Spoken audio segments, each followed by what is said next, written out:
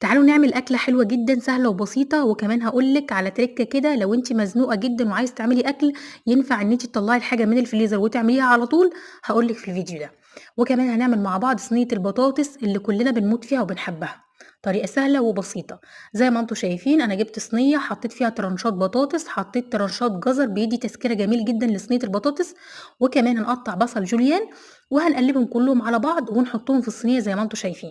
هنا جبنا فخدة الديك الرومي طالعة من الفريزر، طبعًا ما نعملش ده غير في حالة واحدة، لمّا نكون شايلين حاجتنا نضيفة جدًا، جدًا في الفريزر، وده أنا دايمًا باعمله قبل ما أدخّل الطيور أو أي حاجة باكون غاسلاها كويس جدًا وحاطاها في محلول نقع ومدخّلاها الفريزر، عشان كده باطلّع منها في أي وقت وابتدي إن أنا أسويها حتى ولو هي مجمدة.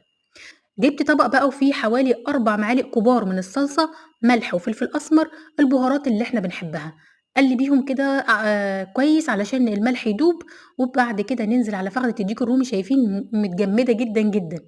طبعًا ما نعملش الخطوة دي غير لمّا تكون الفراخ بتاعتنا أو فخدة الديك الرومي أو أي حاجة قبل ما نشيلها في الفريزر مغسولة كويس جدًا، جدًا، ومحطوطة في محلول نقع. طريقة سهلة وبسيطة وفي 5 دقايق أو في 10 دقايق بالكتير عملنا الغدا بتاعنا ودخّلناه الفرن والموضوع بقى سهل جدًا. بعد ما حطينا كل حاجة ابتديت أدهن الفخدة بقى عشان يكون طعمها مضبوط والملح يدخل فيها، وبعد كده الفرن بتاعتي هتكون سخنة جدًا، جدًا، وهادخّلها الفرن على الشبكة واسيبها بقى تستوى براحتها لحد ما تبقى زبدة.